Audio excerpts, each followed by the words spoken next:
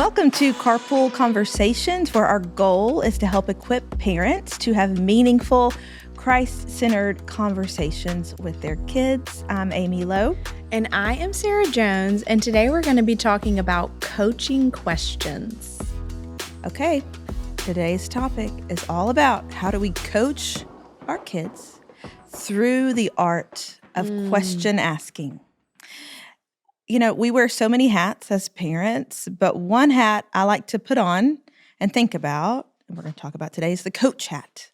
Yes. How can I be a coach to my kids? So today we're going to be talking about that and giving you some tools to coach your kids with question asking. And I'd love to take a second and think back to some really great coaches that you've had in your life. I've had a few really great coaches. The ones that come to mind, there was one guy named Philip who was my coach for rec league basketball for many years, and he was so fun, and we loved him. He was very passionate and fun and really cared about us as people. I loved him for that. And then I think about also my high school softball coach. She was no nonsense. She cared about us, but she pushed us to do our best. Even though it was hard, she was always pushing us with a goal in mind and never just to push us because she wanted us to be successful and she wanted us to win. And we worked hard with that coach. So those are the two that pop in my mind. What about you, Sarah? Yeah, I'm glad you asked. I know parents listening can probably, if they played a sport, they can probably think back on a coach that they had, good and bad. And that's where my mind goes. I can remember one coach, he had the hottest temper and it was a practice, and he actually took a metal folding chair and folded it up and threw it into the bleachers. Was that like for a rec league or a? It was school. Okay, school. Okay. It was. It was my high school basketball coach. No, middle school basketball coach.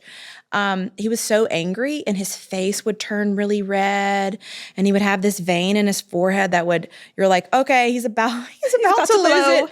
Yeah, I just remember thinking like, do I fight or flight? Like that was kind of what was happening inside of me. But it was actually not really fun to play for him. It was not one that I remember as being like life-changing, but I do remember my high school basketball coach. He was actually as old as my grandfather was, and he had been coaching girls basketball for like 40 years, and he was so wise. And I just think that because of his experience and his wisdom, I trusted anything that he could teach. He was a fantastic basketball coach. So yeah, I've had both ends of the good and bad. Yeah, good and bad coaches out there. Of course, we want to be good coaches in this mindset. But when you think about a coach and what a coach does, they push you to new heights. They call out things that they see in you. They see the potential in you, and they don't let you slide. And if you do slide, there are consequences. I remember many a times in softball where we had to run around the field because of something bad that happened in practice. Yeah. And you never wanted that to happen, or you have to sit out a game if there's a consequence like that. So we want to be loving to our kids and caring and nurturing, yes, but we also want them to be ready to leave the nest when it's time. And that's kind of where I see this idea of putting on your coaching hat to be something worth talking about today. I think it'll be a fun topic. And I think, Sarah, coach is different than a cheerleader. A coach and a cheerleader are two different things. A cheerleader cheers you on no matter what. And a coach points out areas that you need to improve and then helps getting you towards that improvement. And they're also cheering you on, but they're doing more than cheering. Yeah. They're really identifying those pieces that you need to work on and helping you get there. So again, I think it's just a worthy topic for us today. Yeah. And character building. Yeah. I just think about, I love that we're calling like through the lens of a parent as a coach, like to view our roles as parents, as coaches is so good for me just to posture my heart there. I can actually think of a really funny story, a recent funny story. Actually, it's not so funny at all. My daughter said, I want to learn to ride my bike. I was like, oh, yes, let's do it. This is going to be a blast. We took the training wheels off. it was the most frustrating experience for me I didn't know how to coach her or encourage her in the moment. And I was so frustrated. I lost it. I guess I had my folding chair moment, if you will, where I just looked at her and was like, billions of kids have learned to ride their bike and you can too. Like I was at the end of myself. She just shut down. She was like, I think I'll ride my scooter instead. I was like, oh, I just failed. Mom fell. So I said, okay, you're right. I needed to calm down. I needed to think, how could I encourage her? What I was doing was not working. We took a week off and I said, hey, are you ready to try again? Let's try to learn to ride your bike. And I had actually gotten some tips and tricks on how to teach her. But let me tell you, losing my cool was not encouraging for her. And so I needed to be steady and stable. I also have a similar experience with potty training. I know potty talk, everyone has done this, or you have to do this if you haven't already done it. But with my first, it was so frustrating and I was defeated and at the end of myself. And with my second, we finally got it though, with the first. With my second, I read this book. And in the book, it changed the way I viewed potty training. And it said, "What we learn with pleasure, we never forget," by Alfred Mercer. And so with my second, I said, we are potty training. I called it a potty party and I decorated the bathroom. Like this was about to be a blast. And I'm going to tell you the outcomes of both potty training experiences were drastically different because of the way I presented this new thing. So Was Mary James upset that she didn't get a potty party, Sarah? she probably was like, Mom is crazy when she's potty training. Watch out, little brother. She may have had some trauma. Honestly, I cried. It was the hardest potty training experience, honestly. Yeah. But I love that quote about if you have fun doing it, you want to do it more. And so how can we make it fun? I coached Jack's soccer team when he was in preschool, and it was an experience. They needed someone, so I raised my hand, but I discovered that maybe I wasn't the best soccer coach out there. I never played soccer, so I don't know why I thought this was a good idea, but they needed somebody, and you know, you just raise your hand and do it. And it was a hoot, and I don't know, Sarah, he's never played soccer since, so I don't know what that says about me and my coaching. Preschool, like 4-year-old? That we had 4 soccer goals. That's where they played in a square and the coaches stood in the middle. It was kind of mass chaos. But they say it's like herding cats. Yes, it was a hoot. Yeah. But he maybe chose that soccer wasn't his thing. But when I think about this topic, I think there's a few things we're going to pitch out today that we hope will be helpful. Okay. And there was a book that I read. I read it thinking about work and my leadership of my team. And it's called The Coaching Habit. And it's by Michael, I'm probably not going to say his name right, Michael Bungay Steiner. And we'll link the book in the show notes if you want to read it. But really, the whole book was about the art of using questions to coach people that you work with. So I'm going to share just a little bit about it because, again, it was for work, but I definitely think that it translates to us as parents as we think about the art of question asking for our kids. So a couple of questions that, again, he told us that I've just put in my back pocket. The first one is the kickstart question. Okay. The kickstart question is, what's on your mind? It's simple. It's open-ended. It's vague, so they can take it wherever they want to. You know, I use it all the time with my kids. What's on your mind? And you just never know what they're going to say, but it really gets to the issue of what is bothering them in a way that's very open-ended. So that's the kickstart question. What's on your mind? You can use that. The next question is the AH question, AH question, and it's tell me more. Tell me more. I guess that's not really a question. It's more of a statement, but it invites an answer. And the key to that one is that there's more to the story than you're usually going to get the first time they say something. And so when you say, tell me more, it gets them to give you more information. Sometimes, you know, what they've said, what's on their mind might be shocking. It might be oh my gosh, I don't know what to do with this information. And so tell me more buys you time to hear maybe really what is the problem, because it might not be what you think at first. So listen, but sometimes this question helps you dig beneath the surface to get to the root of the problem. And that has been really helpful for me. A couple more questions. Another one is the focus question. And here's that question. What's the real challenge here for you?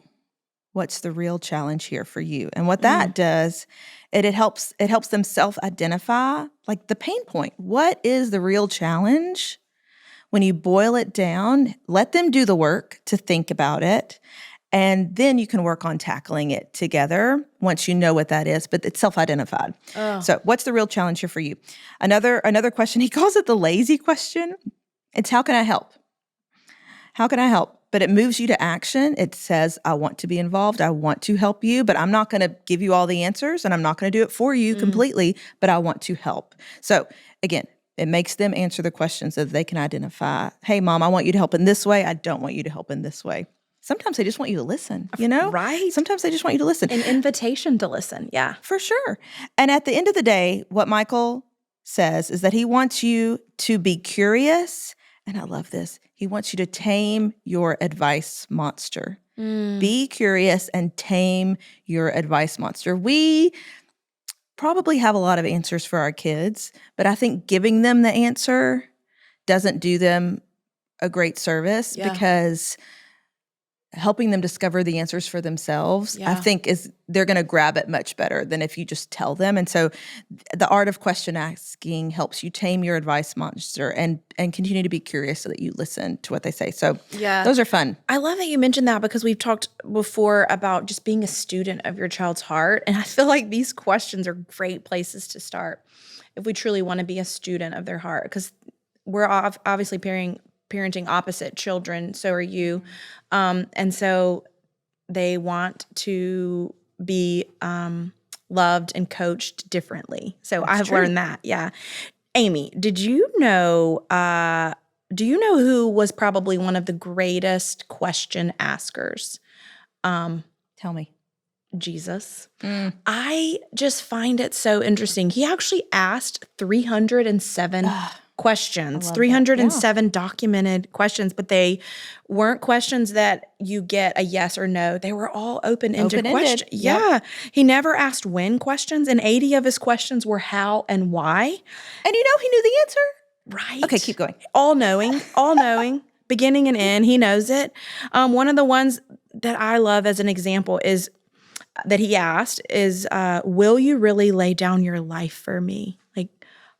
That allows you to actually let me think, let me turn inward. Will you really lay down your life for me? And then what good is it for a man to gain the whole world but forfeit his soul?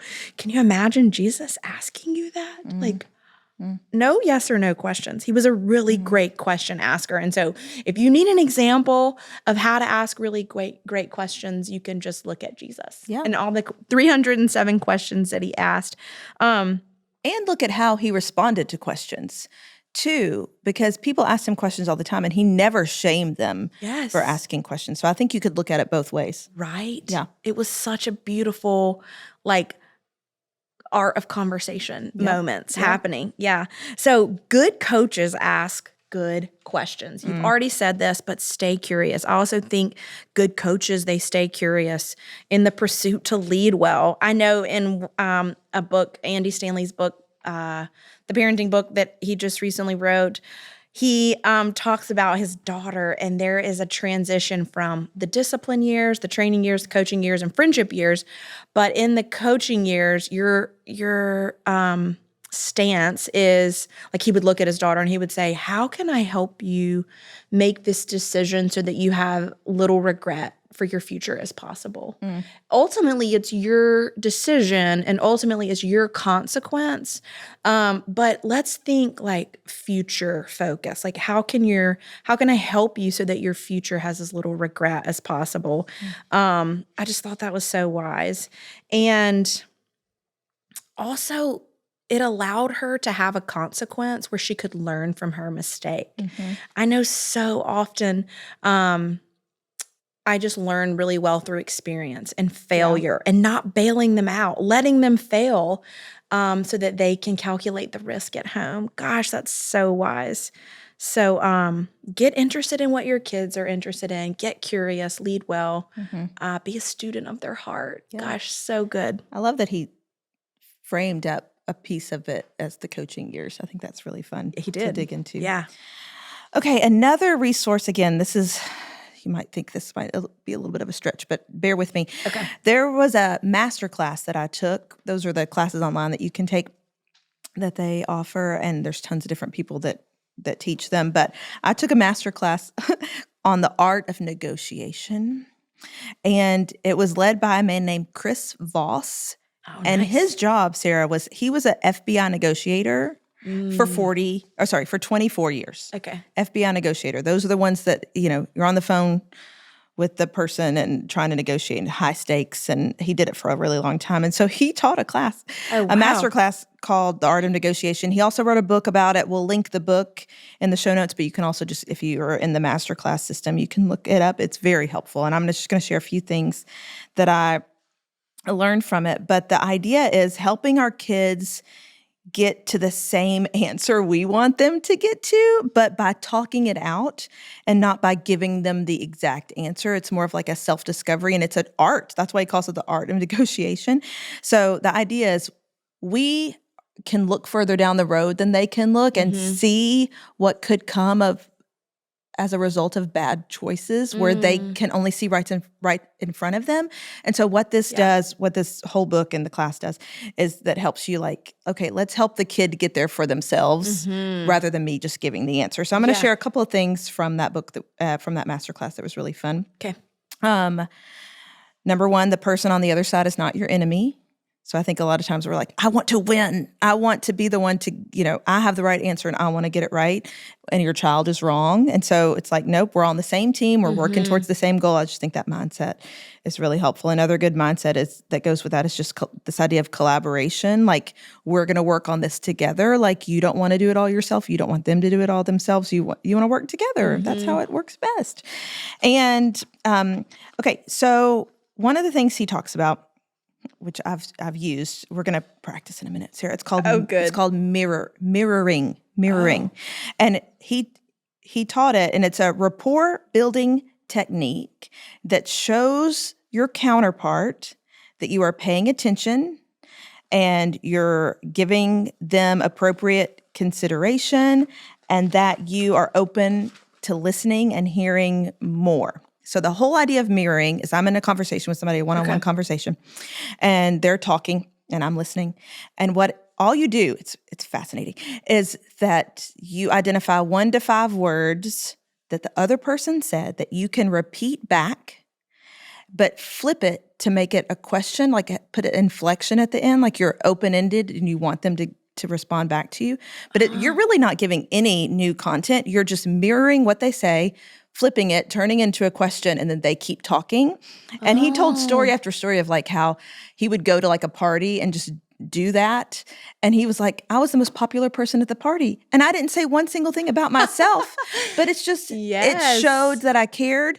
And when you just open up and talk. Okay, so let's do an example so that we can bring this to life. Okay. I have a question for you, Sarah, to get us talking. You ready? Yes. Okay. Tell me about something that you are worried about right now with your kids. It could be one of the kids or either or both. Something, what's on your mind? What are you worried about with one of the kids or both of the kids? Okay. Something that recently happened last week, actually.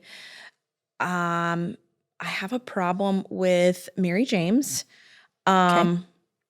She's young, but we have noticed that this whole friendship thing and girl drama has started to be a thing. And so she's struggling with what does friendship look like?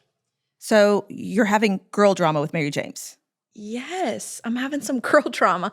Well, it's just at school. I feel like there's a lot of girls in the class, only 2 boys.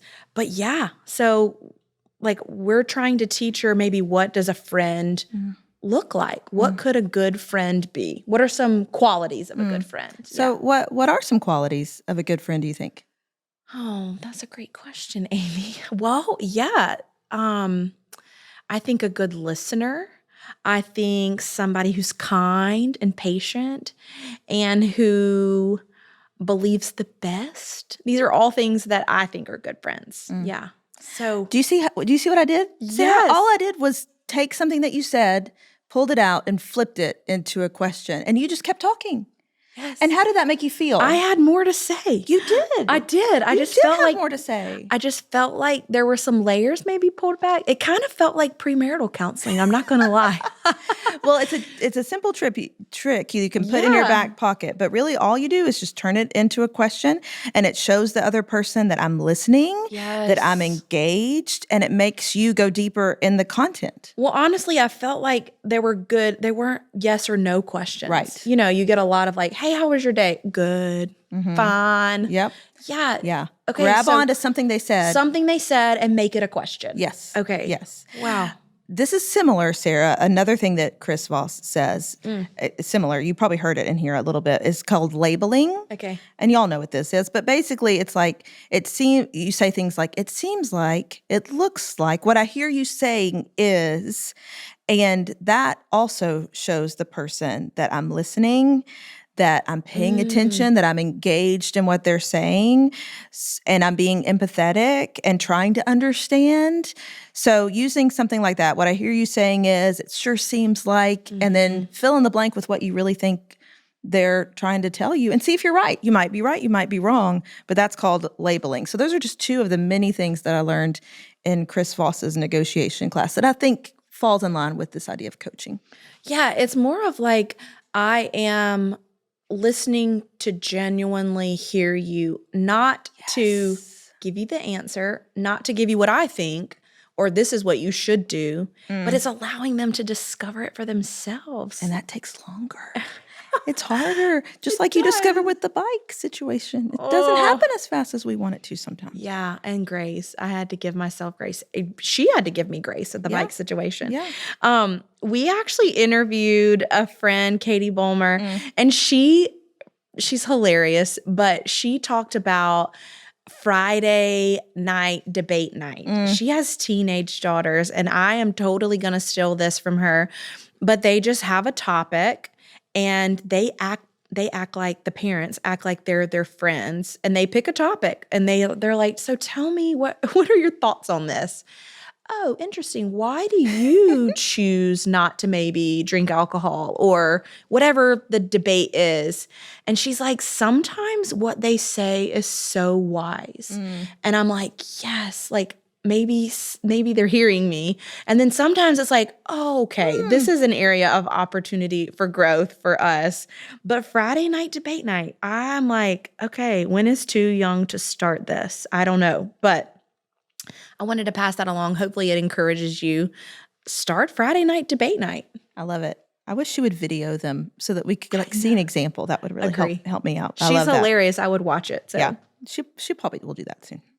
Okay, we're almost done, y'all. The key here, I think you've heard us say a few times, the key to this idea of next level coaching is really next level listening. So wise. We gotta listen, being genuinely interested in what the other person is saying, listening for clues to help get to the root of the problem, asking questions for clarification so that they can discover it for themselves is really the challenge here for us as parents, Sarah. Yes, Amy. I've loved our time together. I always love spending my day with you.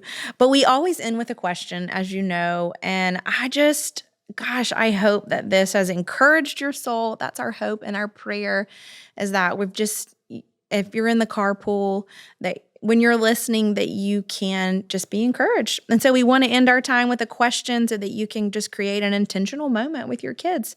So, how do you like to be encouraged when you're learning something new or struggling with overcoming something difficult? We hope that this question gets the conversation started if you're in the carpool, at dinner, or when you're tucking your kids into bed at night. We've loved our time together. Thanks for listening.